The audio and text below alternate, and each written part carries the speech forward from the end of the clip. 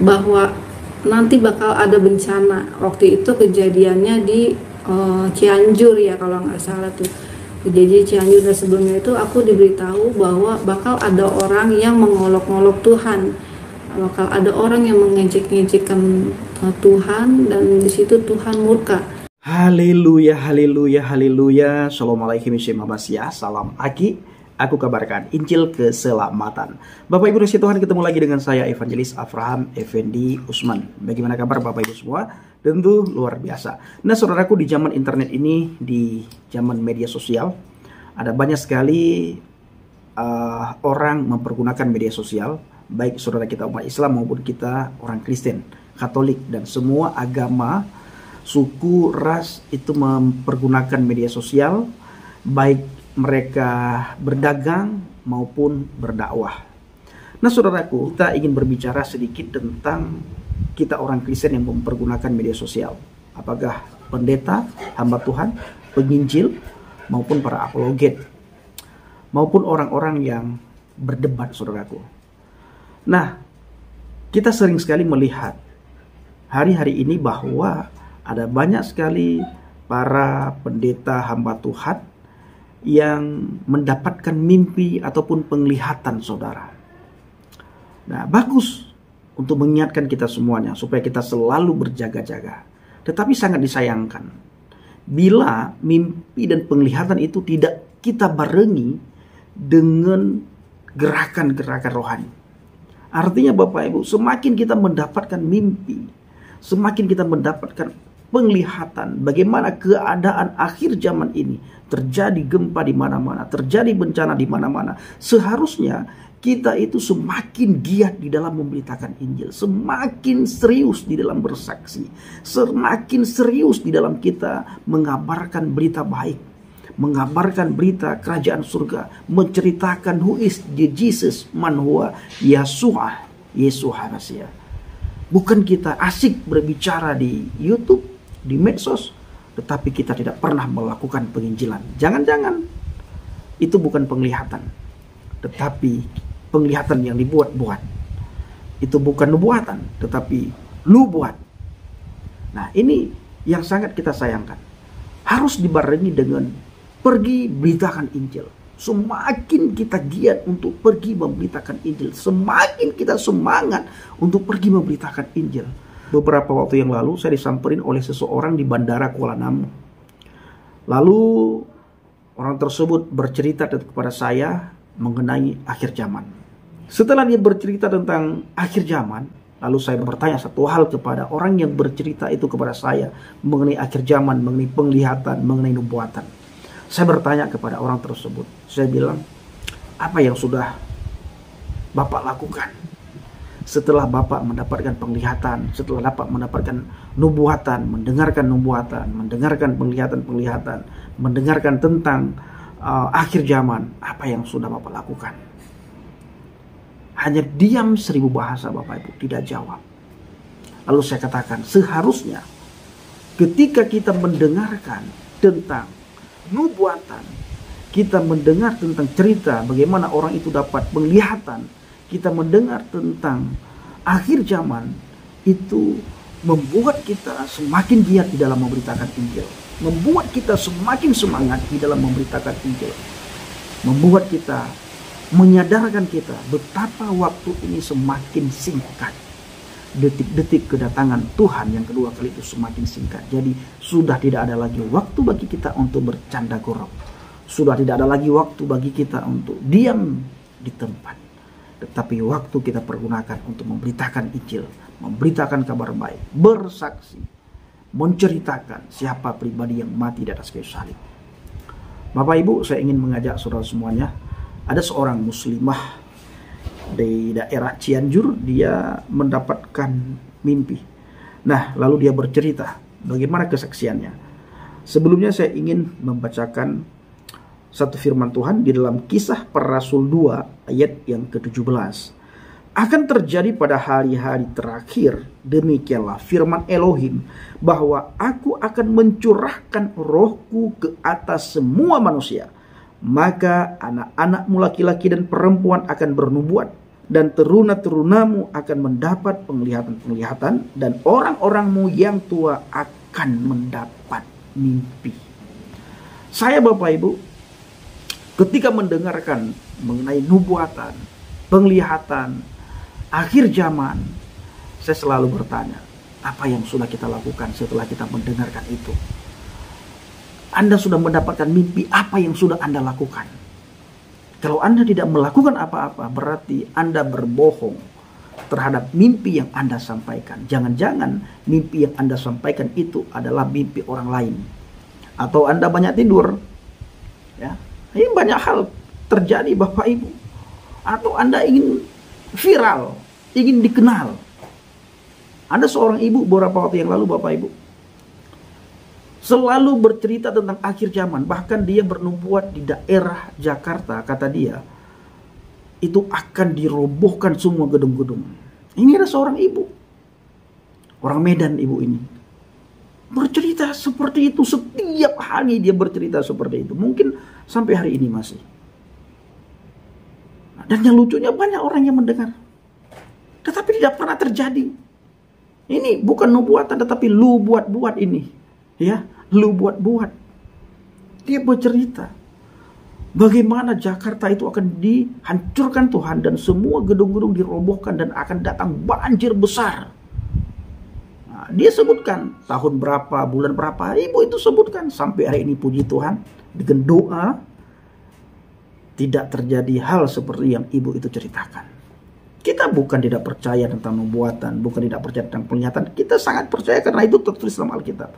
Tetapi seperti saya katakan tadi, semakin Anda menceritakan tentang penglihatan Anda bernubuat, Anda semakin giat dalam memberitakan Injil. Bukan Anda menakut-nakutin orang lain, tetapi semakin giat memberitakan Injil. Pergi memberitakan Injil, pergi untuk bersaksi. Nah, ini yang seharusnya terjadi. Jadi hati-hati dengan penglihatan. Jangan-jangan itu bukan penglihatan dari Tuhan, tetapi penglihatan karena berhalusinasi.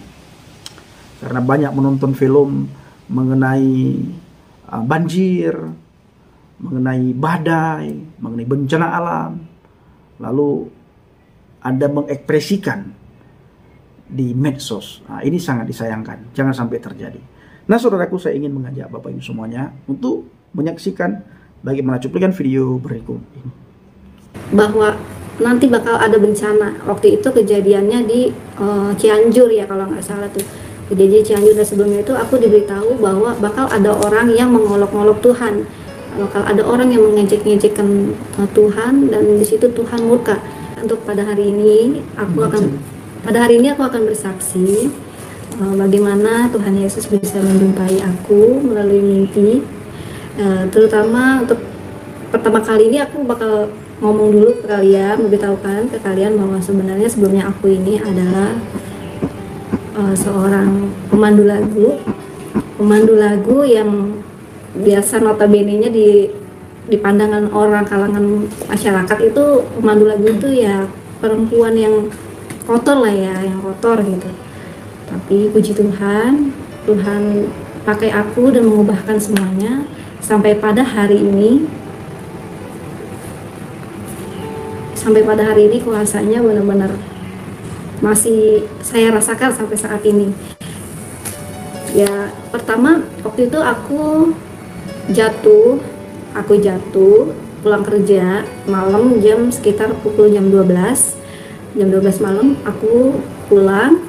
Aku mengalami kecelakaan, dan disitulah mulainya Bapak memberikan mujizatnya sama aku ya, terutama pada saat aku dibawa ke rumah sakit. Tuhan memberikan kekuatan dalam hati aku supaya bisa menerima apapun yang aku dengar melalui dokter. Dokter bilang aku ini patah tulang, aku ini sudah sulit untuk berjalan, tapi puji Tuhan semuanya itu dipatahkan sama Tuhan. Dan sampai saat ini Tuhan sudah memberikan aku mujizatnya ya, terutama jari aku ini harusnya sudah dipotong.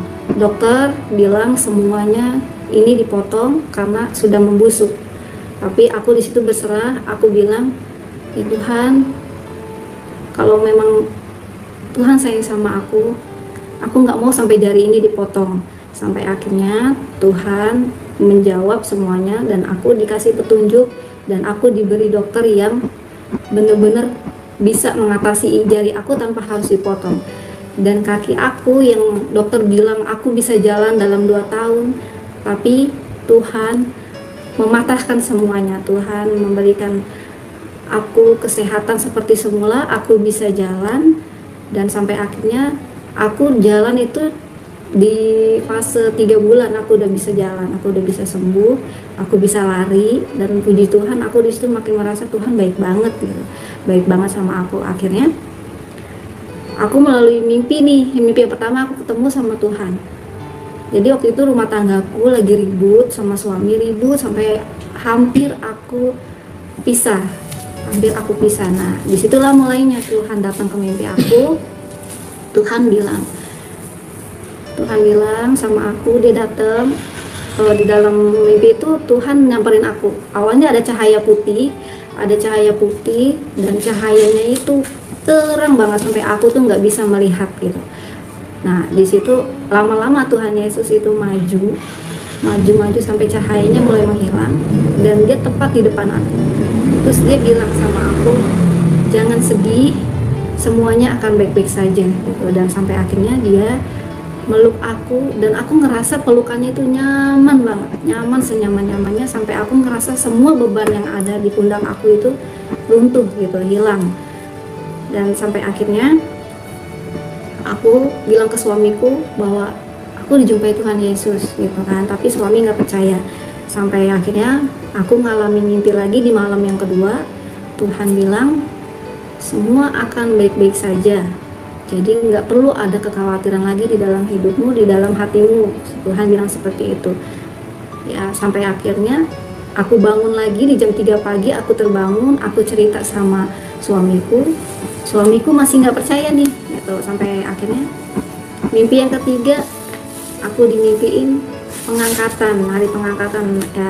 Awalnya itu aku melihat ada sebuah tangga terbuat dari awan. Itu awannya tuh besar banget, jadi aku ngerasa kok ini tangga terbuat dari awan. Aku rasanya ingin nginjek gitu kan, aku ingin menginjakkan kakiku ke sana. Ini kalau aku injek bisa apa enggak ya gitu. Sampai akhirnya aku nyoba satu anak tangga, oh ternyata ini bisa loh diinjek gitu. Sampai akhirnya aku coba lagi naik tanpa aku sadari aku sudah berada di tengah-tengah anak tangga terbuat dari awan tersebut. Dan pas di tengah-tengah itu aku mendengar banyak suara orang sedang bernyanyi-nyanyi. Ya aku makin penasaran, kataku kok banyak suara orang bernyanyi gitu. Akhirnya aku naik lagi ke anak tangga tersebut. Sampai aku di ujung anak tangga tersebut, aku melihat banyak ribuan orang sedang bernyanyi. Sampai akhirnya aku masuk ke dalam barisan, karena seperti ada yang mendorongku untuk masuk ke dalam barisan gitu kan ya. Akhirnya aku masuk ke dalam barisan dan aku melihat di sana ada orang banyak yang memegang gulungan seperti gulungan kitab gitu ya, kayak gulungan kitab. Nah, aku dikasih sama salah satu di antara mereka gulungan kitab tersebut. Ya aku bingung karena aku kan belum tahu ya saat itu. Aku bingung apa yang harus aku lakukan gitu. Aku harus ngapain nih dengan kitab ini gitu. Sampai akhirnya kanan kiri aku itu memberi aku senyum, memberikan aku senyum yang sangat ramah. Sampai akhirnya aku masuk lebih dalam lagi, dan yang aku lihat di sana ada seseorang yang duduk di bangku yang besar banget, memakai mahkota emas. Yang aku baru tahu ternyata oh itu loh Tuhan Yesus gitu, yang sedang duduk di tahtanya gitu. Dan tanpa aku sadari aku sudah berada di paling depan dan aku lihat di sana tuh orang tuh banyak banget kanan kiri aku, dan di tengah-tengah itu ada Tuhan Yesus sedang duduk di tahtanya. Dan di depan Tuhan Yesus banyak malaikat-malaikatnya yang memakai ring juga, dia memakai sayap. Yang aku lihat ya, dia memakai sayap besar. Dan di situ Tuhan bisa menunjukkan bahwa oh ternyata ini loh surga yang sebenarnya gitu loh. Dan aku sebelumnya kan aku muslim ya, jadi aku ngerasa oh ternyata surga yang sesungguhnya itu seperti ini gitu kan. Ya akhirnya aku lihat yang lain pada membuka buku kitab tersebut ya, gulungan kitab tersebut. Aku ikut membukanya dan aku nggak mengerti tulisan apa ini gitu, dan apa yang harus aku baca karena aku nggak ngerti dengan tulisan ini gitu ya. Sampai akhirnya ya aku terbangun, aku mimpi lagi pengangkatan. Ini benar-benar pengangkatan. Aku lagi jalan sama suami, tiba-tiba Tuhan angkat aku memegang tanganku dan dia membawa aku terbang ke awan-awan. Sampai suamiku nangis kan karena dia tuh ngerasa ditinggalin gitu, dan tertinggal dan dia nangis. Dan yang aku lihat di situ banyak banget orang yang tertinggal gitu, tapi banyak juga yang terangkat gitu. Sampai akhirnya aku terbang ke awan-awan, aku diajak ke awan-awan itu, aku dikasih lihat surga. Dan setelah dikasih lihat surga, aku dibawa ke neraka. Aku dikasih lihat neraka. Awalnya tuh aku lihat banyak suara orang yang teriak-teriak kesakitan, minta tolong. Tapi aku nggak bisa melihat di mana orangnya gitu. Dan ternyata Tuhan nunjukin aku ke salah satu pintu, yang pintunya itu besar banget dan dijaga sama salah satu mungkin malaikat kali ya gitu, malaikat yang jagain di situ. Akhirnya pintu itu terbuka dengan sendirinya. Aku masuk ke dalam sana, itu tuh gelap banget, hanya seperti cahaya merah yang ada gitu kan, dan itu panas sekali. Aku lihat di sana banyak orang yang disiksa, aku lihat banyak orang yang dijadikan seperti makanan yang dipanggang gitu loh, bakar yang di kambing guling seperti itulah ya. Terus itu jalanannya pun hanya cukup satu orang aja gitu, setapak lah kalau kata kita ya, cukup setapak aja. Dan di sana tuh aku lihat banyak orang yang disiksa, ada yang ditarik mulutnya sampai robek dan akhirnya nyatu lagi, digituin lagi. Dan yang perutnya yang tadinya mengecil lama-lama membesar dan meledak perutnya ya kan, sampai keluar semua isinya gitu. Sampai aku tuh ngerasa ya Tuhan, apa yang mereka perbuat gitu sampai mereka bisa seperti ini. Dan aku ngerasa aku nggak kuat di sini, aku takut, aku mau keluar Tuhan. Aku bilang aku nggak mau di sini. Tapi Tuhan kasih aku satu penglihatan lagi. Dia bilang, coba tengok sebelah kananmu, apakah kamu mengenali dia? Dan aku melihat ada 2 orang perempuan, tapi aku nggak bisa melihat dan bisa mengenali wajahnya itu siapa, karena dia itu mukanya udah hancur terkena api neraka gitu. Tapi dia memanggil-manggil aku, minta tolong, sampaikan kepada Tuhan Yesus, tolong ampuni aku, selamatkan aku.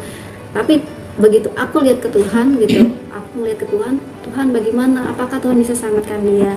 Tapi Tuhan bilang tidak bisa, semua sudah terlambat gitu ya. Awalnya aku nggak ngerti maksudnya apa gitu, maksudnya apa terlambat seperti itu. Akhirnya Tuhan menjawab, itulah jalan yang dia pilih, bahwa dia sudah memilih jalannya ya jalannya ternyata salah gitu. Dan ya itulah konsekuensinya gitu. Jadi aku ngerasa ya aku nggak bisa nolong sama sekali, aku cuma bisa nangis, aku cuma bisa doa buat mereka. Sampai akhirnya aku melihat mereka terbawa arus api dan hilang, termakan sama api tersebut. Ya dari situ aku bilang, Bapak, aku nggak mau di sini lagi, aku mau keluar dari sini, aku mau keluar. Sampai akhirnya Bapak keluar, ngajak aku keluar. Dan di situ aku terbangun, aku bilang sama suamiku, aku bilang aku mimpi seperti ini aku ceritain. Dia nggak percaya gitu kan, ya terserah lah. Aku pikir ya yang penting aku udah ceritain apa yang aku alami gitu. Sampai akhirnya aku diberi pengangkatan lagi, mimpi pengangkatan lagi. Dan ini benar-benar yang ketiga itu aku lihat dunia itu udah gelap. Itu kejadiannya sebelum memasuki tahun 2023. Dan aku lihat tuh bumi gelap segelap-gelapnya, dan di situ banyak orang yang terangkat tapi lebih banyak yang tertinggal. Dan aku beruntung di situ, aku termasuk salah satu orang yang terangkat.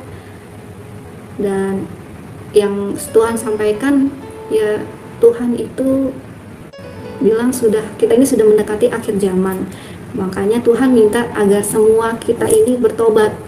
Ya makanya aku sampaikan kepada teman-teman, kepada suamiku juga bahwa kita ini sudah mendekati akhir zaman, makanya dulu deh kita bertobat, aku bilang seperti itu kan. Ya namanya pemberita seperti ini ada yang percaya, ada yang enggak, pro dan kontra kan. Cuma balik lagi ke mereka, yang penting aku sudah menyampaikan gitu. Dan sampai akhirnya aku tuh mimpi lagi bahwa nanti bakal ada bencana. Waktu itu kejadiannya di Cianjur ya kalau nggak salah tuh. Jadi Cianjur, dan sebelumnya itu aku diberitahu bahwa bakal ada orang yang mengolok-olok Tuhan, bakal ada orang yang mengejek-ngejekkan Tuhan, dan di situ Tuhan murka. Sampai akhirnya aku bilang sama suamiku bahwa nanti bakal ada kejadian gempa bumi dan bakal ada kejadian jembatan penyambung dari satu daerah ke satu daerah lain itu akan terbelah. Aku bilang seperti itu, dan nggak lama kemudian tuh 2 hari kemudian kejadian bahwa di Cianjur ada gempa, dan di situ banyak bantuan dari para kita ya kaum Kristiani akhirnya ditolak sama mereka yang agama sebelah gitu, ditolak ya. Akhirnya ya di situ aku ngerasa sebenarnya aku merasa kayak berdosa maksudnya aku nggak nyampein ini ke banyak orang, cuman kan aku bingung saat itu aku harus nyampein ini kemana gitu, bagaimana caranya, aku belum ngerti. Dan sampai akhirnya ya aku memutuskan untuk baptis, aku mau pindah, aku yakin bahwa aku sudah memilih Tuhan Yesus untuk menjadi juru selamatku, aku bilang seperti itu. Akhirnya aku baptis, dan setelah aku baptis, aku tuh mengalami lagi bahwa Tuhan bilang sama aku, sampaikan kepada orang banyak bahwa akhir zaman sudah dekat, dan kepada mereka untuk segera bertobat. Dan bagi kalian, jangan malu untuk memakai kalung salib di leher kalian, karena itulah Tuhan yang mau. Tuhan pun minta sama aku seperti itu, salibkan,